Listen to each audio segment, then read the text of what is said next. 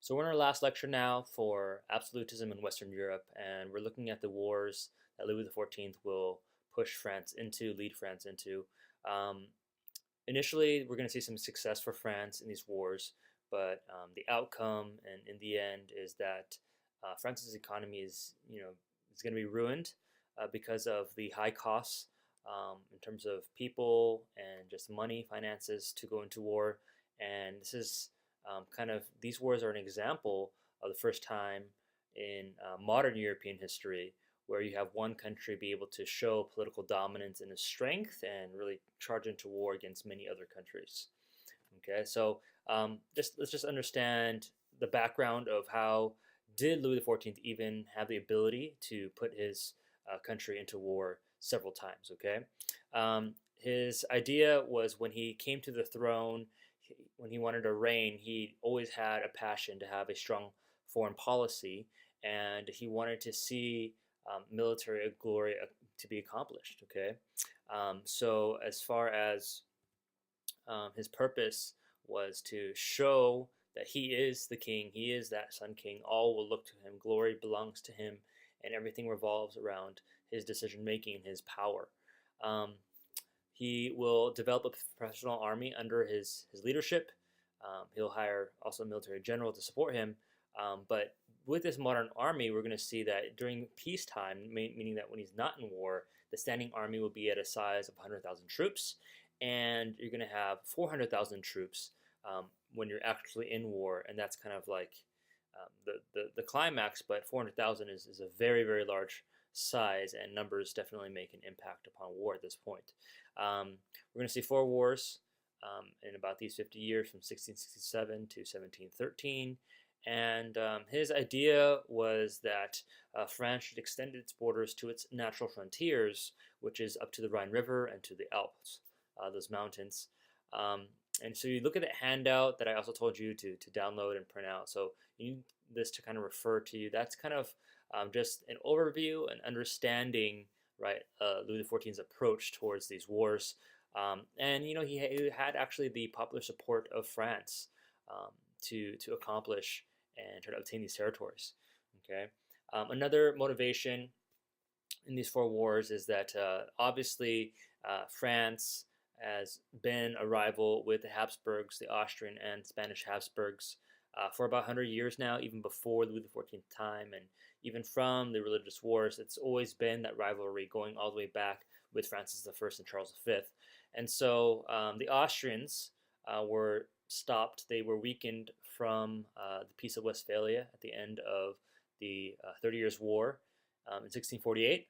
And then we're going to see that the Spanish Habsburgs on the other side, okay, they're going to be eventually establishing a peace treaty called the Peace or the Treaty of the Pyrenees. Those are the mountains that separate France and Spain. And so what we're going to see is you're going to still have Spanish territories that are surrounding France on each side. Okay, so in the northeast of France, you're going to see the Spanish Netherlands. That's the southern part, right there, the Catholic ones owned by the Spanish Habsburgs. That's the northeast. To the south of France is Spain, and that's where they're kind of getting sandwiched. And on the eastern side, there's a small territory called Franche-Comté, which is owned by Spain, but it's actually weak, and that's kind of the first areas that Louis XIV is going to attack. Okay, so make sure you have kind of both handouts and look over that really quickly. You can pause the video as we go forward. Okay, one of the concepts that's really important for the wars of Louis XIV that's going to be introduced at this point is the balance of power. Okay, so the term I'm going to be using a lot is equilibrium, and this is building your better understanding of what the balance of power will work, right? So equilibrium means that where there is harmony, there is balance in between two groups or many other different countries. Power is essentially just distributed equally. And if equilibrium is disturbed at that point where, for example, one country, let's say France, wants to dominate, right, then in order to maintain equilibrium, you got to shift it back, and a bunch of different states, what we call a coalition or an alliance, are going to bring things back into power. Okay, restoring the balance. And so this is what we call controlling the balance of power, is when one state, right, sees that, oh, hey, like maybe France is trying to dominate and has shifted things out of equilibrium, right? Controlling the balance of power essentially means that, hey, I'm going to be a vital member and contributor to this, and I'm going to join that alliance, and I'm going to shift and control the balance of power to make it more even and restoring equilibrium once again. Okay, the aim of governments at this point was to preserve their independence. That's really the key thing. It's not about preserving peace. It's not just trying to make sure that there's no wars that are happening, but each country is willing to create alliances, allying with someone else, building um, an agreement in order to reduce any type of threat of a dominating country. Okay, so that's kind of the aim, preserving their own independence and sovereignty. Okay, with the threat of what we call a universal monarchy on the line, Louis XIV really wanted to obviously expand his borders, and that's why he's going to go and march and invade.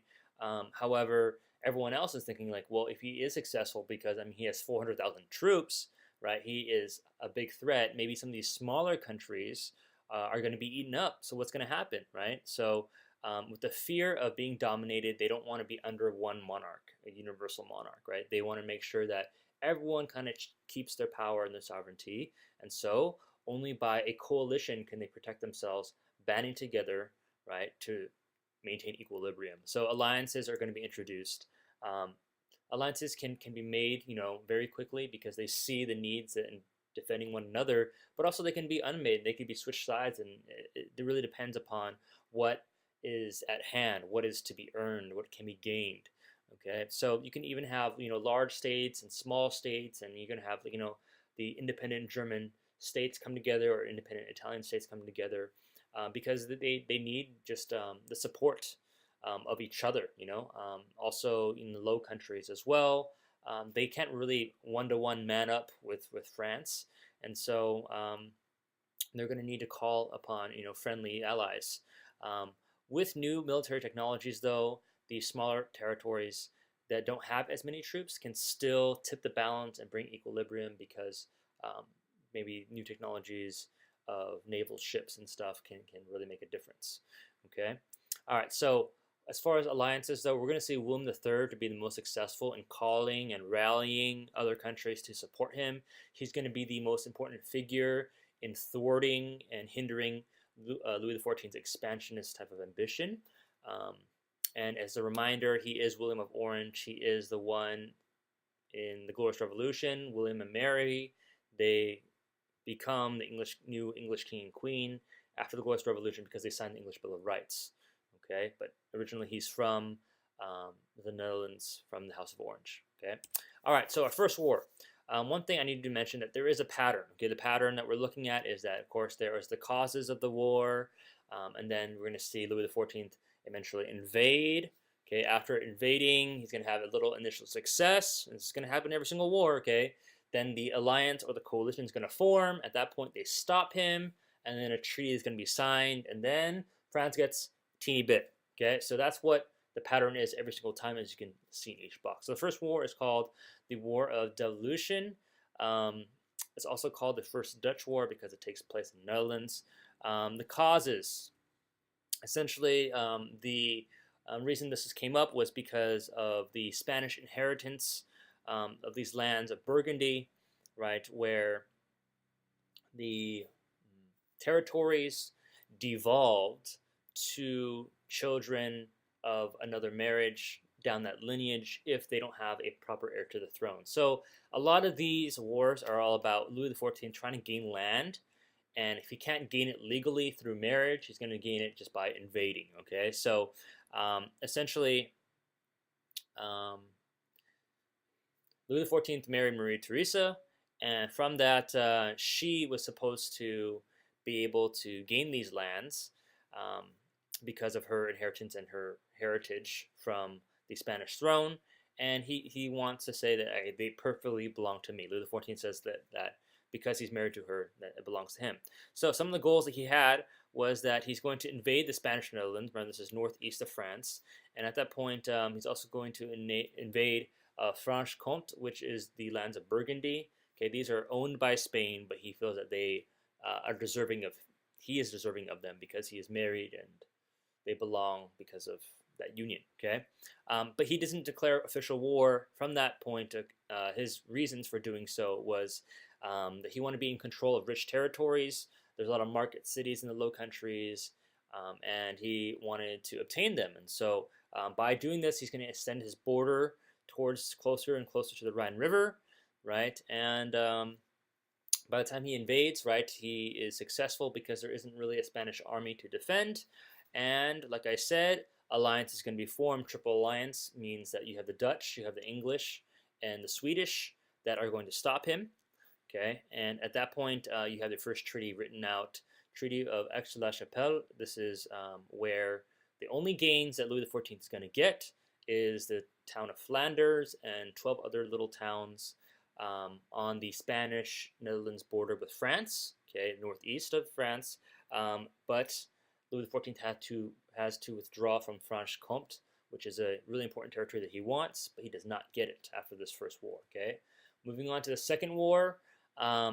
This is in 1672, 1678. Same thing. It's going to be with the Dutch again, trying to look for that Spanish-Netherlands territory. Causes is that he's very upset with the Dutch for betraying him in the first war and not allowing him to access those trade markets, take over those territories.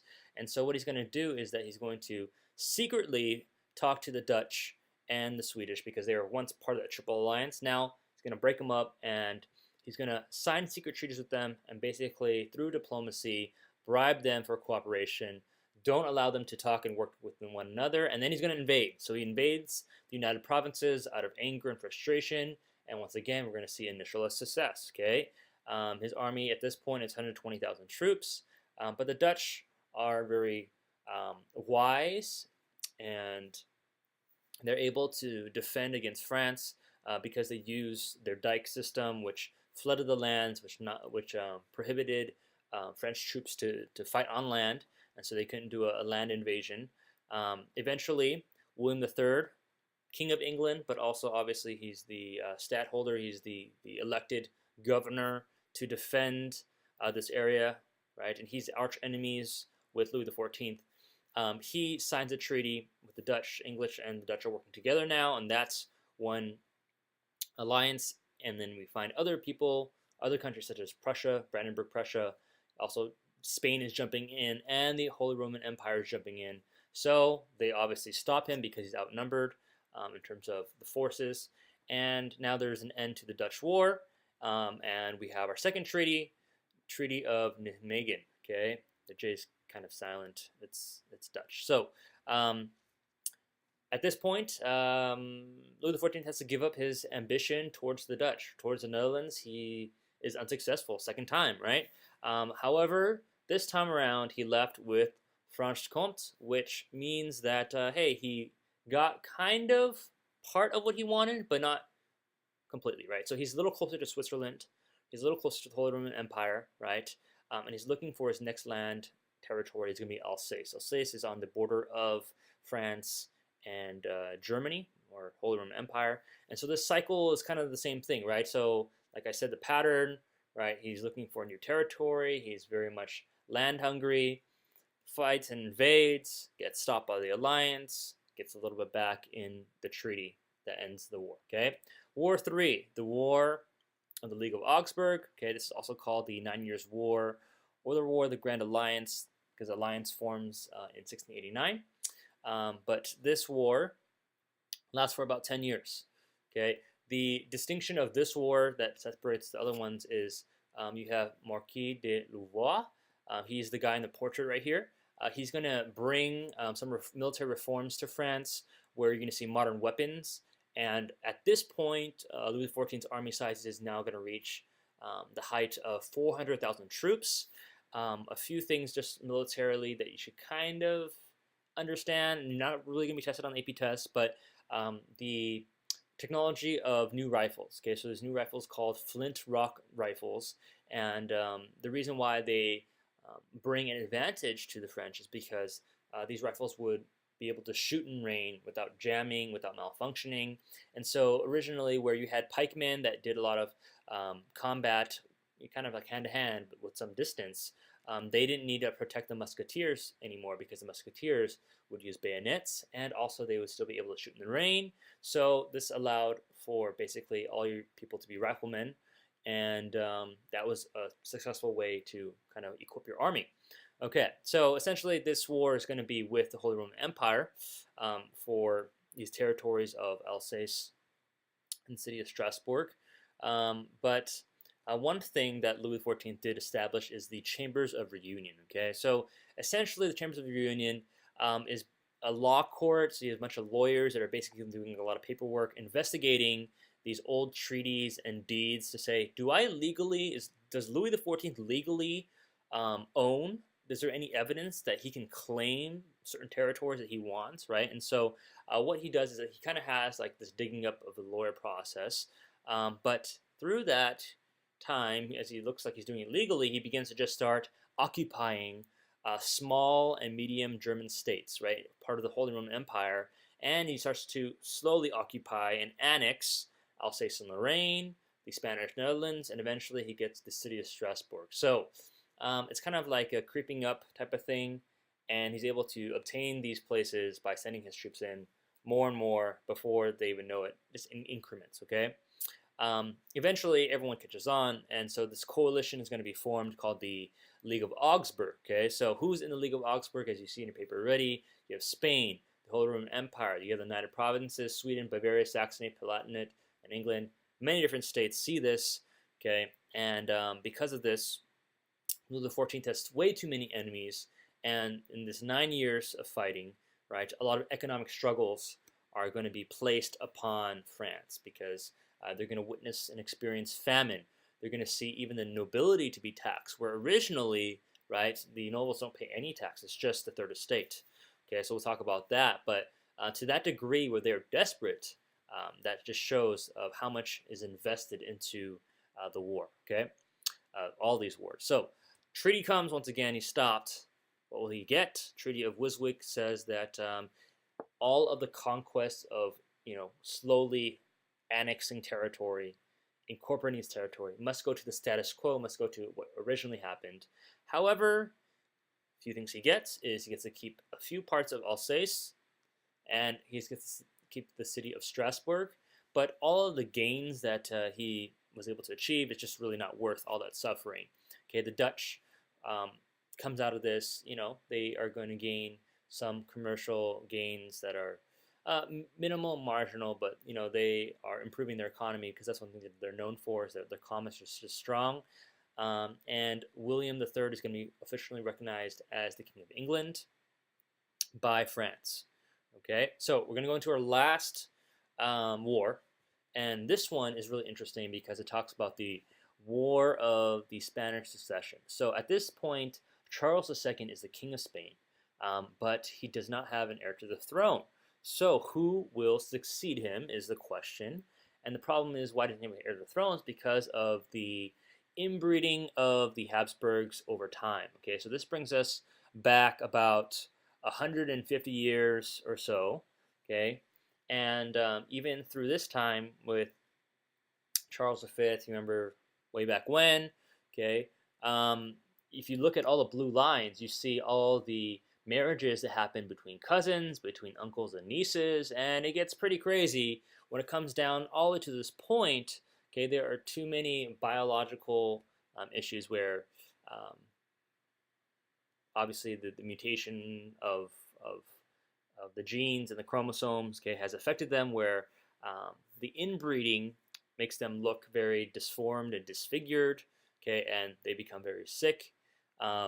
And so Charles II needs an heir to the throne. Who will it be? Okay, so that's the question that's on the line.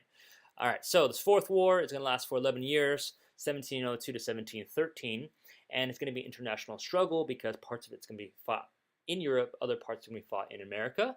The causes mainly was about, like I said, the legitimacy of who is the rightful heir to the Spanish throne. There's kind of two real candidates. And there's a fear that went on that if Spain and France would be united, because if Charles II chooses, right, a French heir, because there is a marriage bloodline there, okay, the Bourbon dynasty would then disrupt the balance of power, okay, shift the equilibrium, and then they would have this quote: the Pyrenees exist no longer. There is no mountain barrier to separate Spain from France. It's just one giant empire. And that's one thing that they did not want. Okay, they did not want that. So, a little bit of background. France, Louis XIV, right? So, he's king. And then you have the Holy Roman Emperor, which is Leopold I. They each married a sister of Charles II, the dude that you see at the bottom, okay? So they each marry a sister of this guy, and he needs to now choose who's going to be the relative to take over. So each want to put a family member on the throne. The most direct heir should be the son of Louis XIV. He is the direct heir. However, they don't want him to be it, because then he would unite and make one empire. Okay, so on the other side, you have the Holy Roman Emperor, and they are Habsburgs as well. Okay, so the other side is that, well, if Charles II chooses to give it to the Austrian Habsburgs, right, then we're going to see the Spanish and Austrian Habsburgs to be reunited as one empire once again.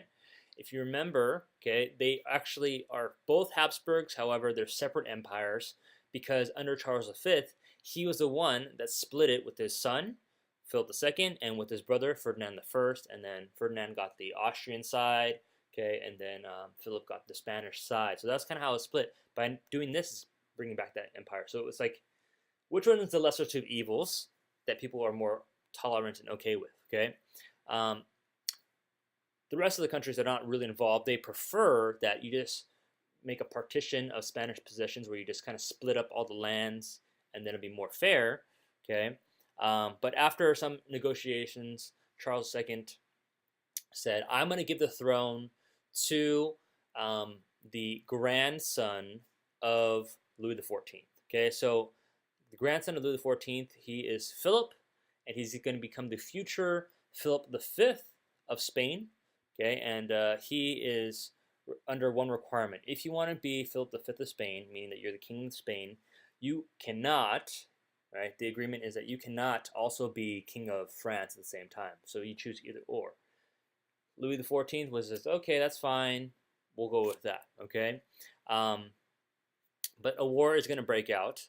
And at that point, the Netherlands and the English are not happy with this, because they don't like France, and an international conflict breaks out. William III is going to form the Grand Alliance, and at this point, in 1701, you have all these territories working together to stop France, and the British are going to be successful because of this major battle, led by the Duke of Marlborough, John Churchill. He's actually an ancestor of Winston Churchill in World War II, but that's like hundreds of years later. But that's one thing that historians have tracked before. So at the Battle of Blenheim, that is where England was able to turn the tides. Okay, and so in order to preserve the balance of power, this is the move that they had to make, and they wanted to stop the Bourbon Union, and they were successful. Okay, so this coalition would then be able to establish a treaty in the end, and these treaties are the Treaty of Utrecht and Rastadt. Okay, so Treaty of Utrecht basically ends the War of Spanish Succession, also ends Louis XIV's expansionist ambitions. Okay, so at this point, this is the last war of the four, and this treaty was a product of English and French diplomacy working together. The most important principle that came out of this was that, hey, you know what, the balance of power is going to work in Europe. The balance of power concept has, worked 4 times now, right, in these wars, but also it's going to be reintroduced and reused during the time of the Napoleonic War. So under Napoleon, we're going to see the same thing happen again, balance of power once again, okay? It is agreed also as an important principle that the French and Spanish thrones will never be under one king, okay, not under one ruler, And so now we'll talk about the territories gained and lost by each side. Okay, France will lose Newfoundland and Nova Scotia and the Hudson Bay to England. Okay, so these are all territories in Canada, right? But they'll also keep what they call New France at the time, which is Quebec, which is on the most eastern side. So all the kind of western parts of Canada given over to England. Okay, Austria is going to gain the Spanish Netherlands from this point. Okay, so the war ends in favor of the coalition. Austria is part of that coalition, and so now it's no longer called the Spanish Netherlands because it's owned by Austria. It's called the Austrian Netherlands. Okay, now today it's called Belgium, but that's because they gained independence later on. Okay, all right. The main idea was everyone wanted to keep France out of the Spanish Netherlands. That was a territory that Louis XIV always wanted. Okay, Austria will also get a few Italian territories: Milan, Sardinia, and Naples. Okay, according to the Treaty of Rastadt, and you have this new emerging German state. Okay, this is a German state, part of the Holy Roman Empire, but they are stronger. We're going to actually look at how they're going to pursue absolutism, but they're called Brandenburg Prussia, right? And so Hohenzollern family, that's you guys. This is where you come onto the map. You're going to gain some territory, right, and international recognition of being considerably royal and established. Okay, the Dutch are going to be successful in protecting themselves, keeping their independence, yay, and keeping the French out of the Spanish Netherlands. Okay, but the real winner was England, in the sense where they were able to gain Gibraltar, which is remember the Strait of Gibraltar at the tip of Spain. Okay, accessing to the Mediterranean Sea. Also, they also gained Asiento, which was the permission to contract and supply slaves to the New World, to the Americas, and that was very profitable for them for 30 years. And we're going to see, okay, from all these gains in the end and the treaty that 2 years later, Louis XIV will die in 1715, and then his successor, because he lived for so long, he ruled for so long, is going to be his great-grandson, Louis XV, okay? And from this point, France has achieved some lands, okay? So I'm going to show you a map really quickly. This map was, if you can see, just originally part of the balance of power, that you have these major empires now established. You don't have this universal monarchy, okay, but each territory has been gaining strength and keeping each other in check where there isn't one clear dominant country, okay? France definitely did have the largest population, the largest army, but through the balance of power, they kept them in check. So the cost of these wars in the end, you see the economy is in ruins, right? It's really hurt. They're in debt. 20% of the French subjects are dead. They died because they fought in the war, because they were attacked, for many reasons, famine as well. Okay, the Third Estate, they pay all the taxes, and because of this, right, the huge debt is on them to pay off, and now the French government is pretty much bankrupt. Okay, lastly, because of the tensions financially and socially, this is really sowing the seeds. What we're going to see later on in about 70 years is the French Revolution is going to come. 70 years is a long time, but by sowing the seeds early on, people remember this, and it's part of their history, as they understand of how a monarch that believed in divine right has led them to this point in their lives. And Louis XIV never really addressed this whole medieval system, right, of feudalism still between the three estates.